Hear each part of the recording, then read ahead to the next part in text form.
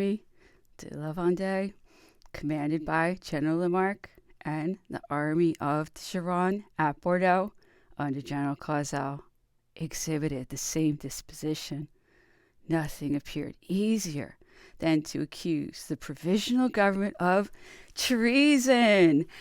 That's right, and to march upon Paris at the head of between 20 and 25,000 men, escorted by 100,000 fanatical peasants. The state of things was communicated by writing to the two generals above mentioned, and General Clausel answered that he was ready to bring 10,000 men, whom he had under his command. General Lamarck negotiated. He did not feel it to be consistent with his duty to act in person against a government appointed by the chambers, but he fully perceived the danger to which the country was exposed and was ready to fight against its enemies. On the other hand, the emperor, in writing to Lamarck and Clausel, had rather yielded to the urgent requests of the Duke of Rovigo and General Lallement.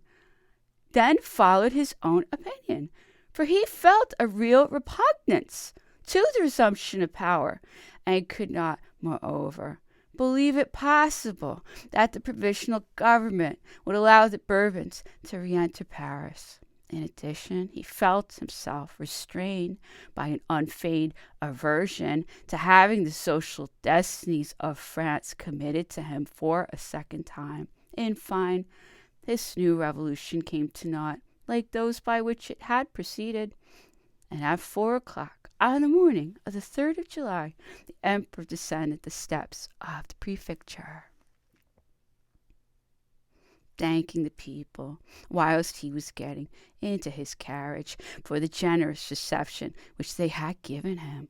Cries, "Vive l'Empereur! Remain with us, sire!" re-echoed from all sides, but the imperial exile made a signal with his hand to the postilions, and the carriage was driven off at full speed. The shouts of respect and devotion to his person which followed his departure long resounded in our ears. General Becker had availed himself of this halt to write to the provisional government the following report: New York, July 2nd, 1815, in order to accelerate the delivery of my report to the provisional government, I have the honor to inform them directly by an extraordinary courier that the emperor arrived last night at New York, very much fatigued and very uneasy concerning the fate of France. Without being recognized, the emperor has shown himself very much alive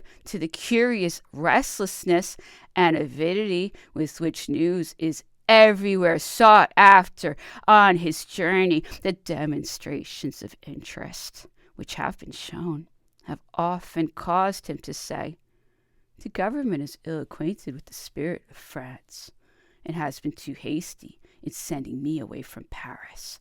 Had it accepted my proposition, the whole state of affairs would have been changed. In the name of the nation, I could still exercise a great influence in political affairs, and support the negotiations of the government by an army to which my name would serve as a rallying point."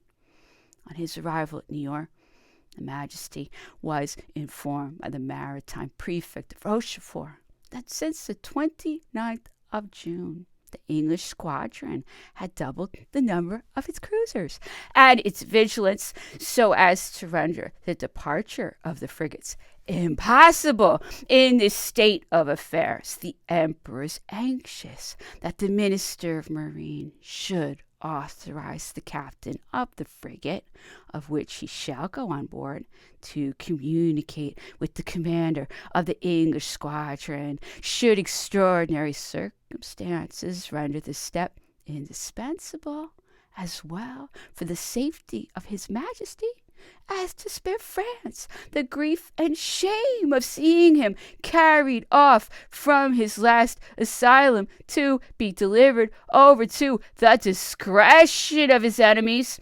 In these difficult circumstances, we wait anxiously for news from Paris. We entertain the hope that the capital will defend itself and that the enemy will give you time to see the issue of the negotiations commenced by your ambassadors to reinforce the army in order to cover Paris. This phrase and that which follows were suggested by the emperor. If in this situation the English cruisers prevent the frigates from putting to sea, you could dispose of the emperor as a general eagerly desirous of only being useful to the country. Lieutenant General Count Becker. On the 4th of July, 2 letters were dispatched from Paris, addressed to Count Becker, one from the Minister of War, conferring upon him the right of calling out the armed force, if necessary, to compel Napoleon Bonaparte to leave France. It ran as follows: Paris, July 4th, 1815. General Becker, the Commission of Government has given you instructions relative to the departure of Napoleon Bonaparte from France. I entertain no doubt of your zeal to accomplish the object of your mission, with a view of facilitating it as much as in my power. I have issued orders to the generals commanding in La Rochelle and Rochefort to supply you with the necessary force, and by all the means at their disposal to support such measures as you may deem suitable for the full execution of the orders of the government. Accept, General, the assurance of my high consideration for the Minister of War, the Secretary General, Councillor of State.